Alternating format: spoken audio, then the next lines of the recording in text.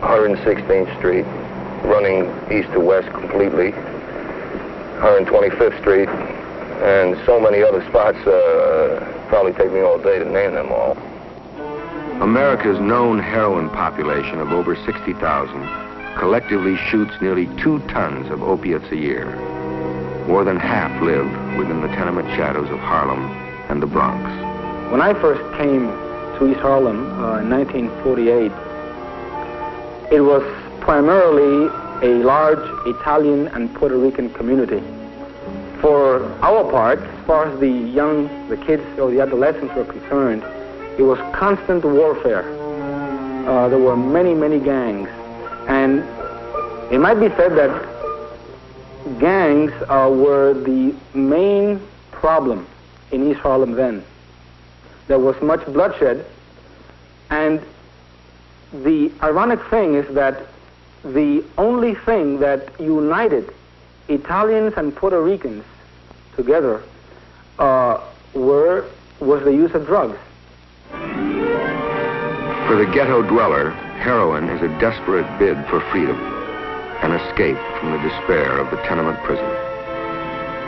After getting married, sort of couldn't meet up with the responsibilities that I had taken on, and sort of felt the need to escape from these.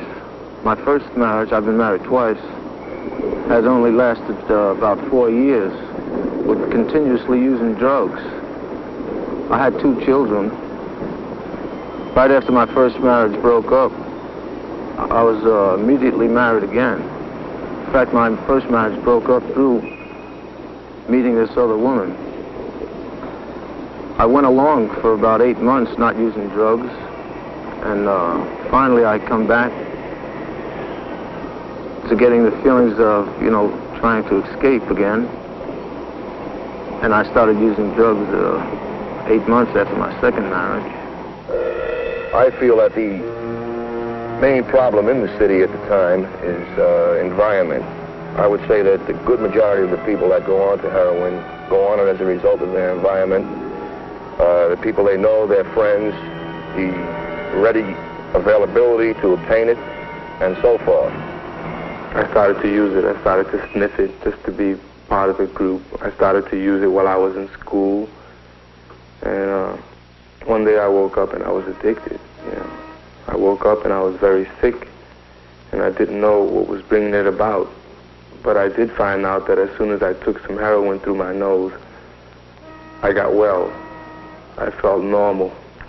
And once a fellow is on heroin, it may be years before he realizes or wants to admit to himself that he is indeed a junkie and that he is in need of help.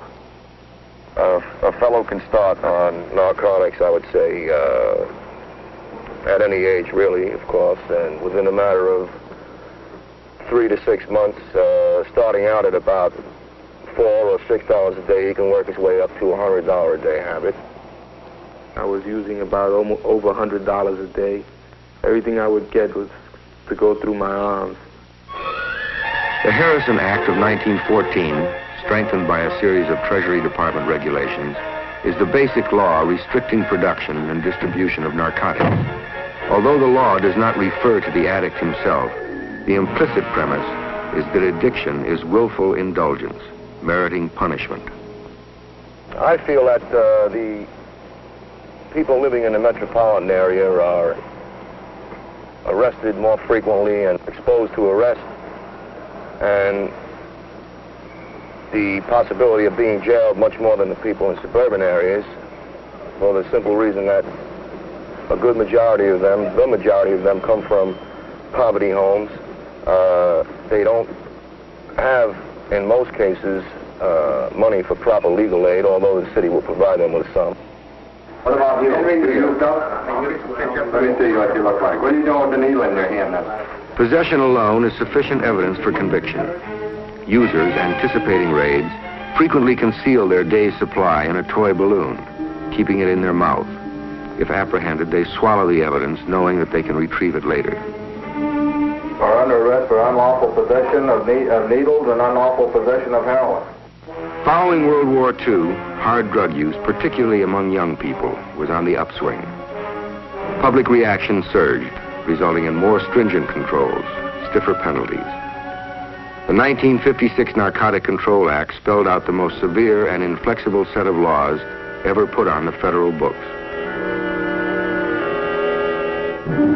Penalties for possession were only slightly less than those for selling. Probation was possible only on a first offense possession charge. The sentence was 2 to 10 years. Second and third offenses and selling in any quantity, even soft drugs such as marijuana, brought terms up to 40 years with no chance for probation or parole.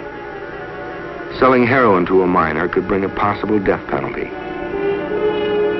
At the same time the law was taking a harsher look at the addict, popular opinion began to swing back in his favor, recognizing that he was not just a criminal, but a sick person, a pathetic, tortured human being in need of help. The Narcotic Addict Rehabilitation Act of 1966 set forth a new national policy for treatment of addicts. At the core of the policy is the premise that addiction is an illness that should be treated, not a criminal act in itself. For the first time, federal law permitted addicts to apply for treatment instead of being prosecuted. At the Federal Narcotics Hospital in Lexington, Kentucky, bars that had restrained addicts for 33 years were removed, dramatic proof of society's new attitude toward the wretched victims of the opium poppy. It became a major drug abuse research center, administered by the National Institute of Mental Health. One of the distinctive contributions of the Narcotic Addict Rehabilitation Act of 1966 is the fact that it authorizes us to provide up to as much as 3 years of aftercare supervised by professionals in the community, in which the major emphasis is put on helping the addict to correct whatever inadequacies may have contributed to his addiction in the first place, in order to maximize the likelihood of his adjustment when he returns home. Throughout the 1960s, many new treatment programs have been launched, in and out of government. Perhaps the most publicized is Synanon, a private organization founded and managed by ex-addicts. Best thing for people is people, and Synanon provides the environment to bring together people from all walks of life. We now have 1,000 people in residence. Well, 4,000 people belong to our Synanon clubs, and they don't live here. People from all walks of life, newsmen, housewives, bricklayers, doctors, lawyers, and all peoples get together within the Synanon environment and talk, communicate to one another.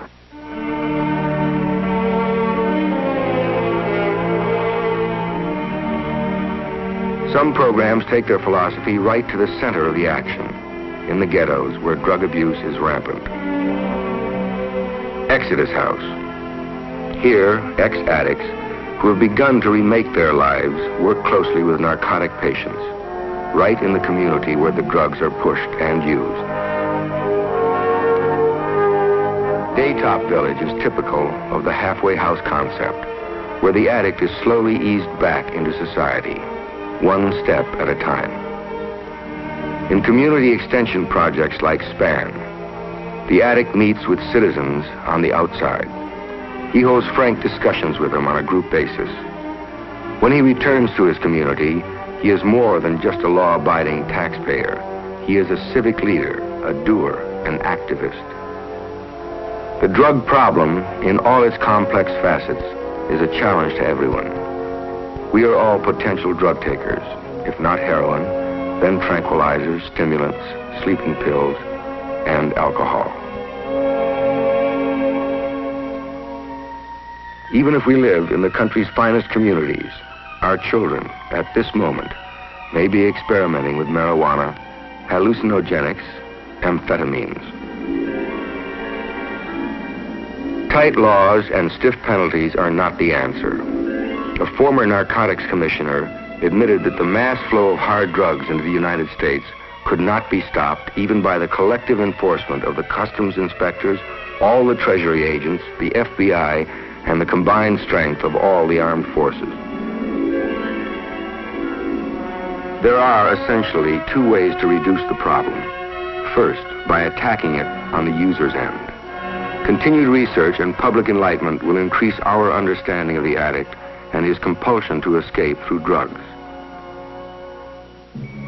Secondly, beyond attacking the problem on the user's end, we must, in a concert of nations, attack it on the other end, the source. The plant itself, whether a poppy, Indian hemp, or the cocoa leaf, is grown out of economic necessity by farmers who are native to a land that offers little. The ever-existent black market price tempts the registered growers to overproduce, to conceal a part of their legitimate harvest and place it on the worldwide illicit markets. Studies sponsored by the United Nations have shown that in each country there is a practical and profitable alternative to the narcotic harvest.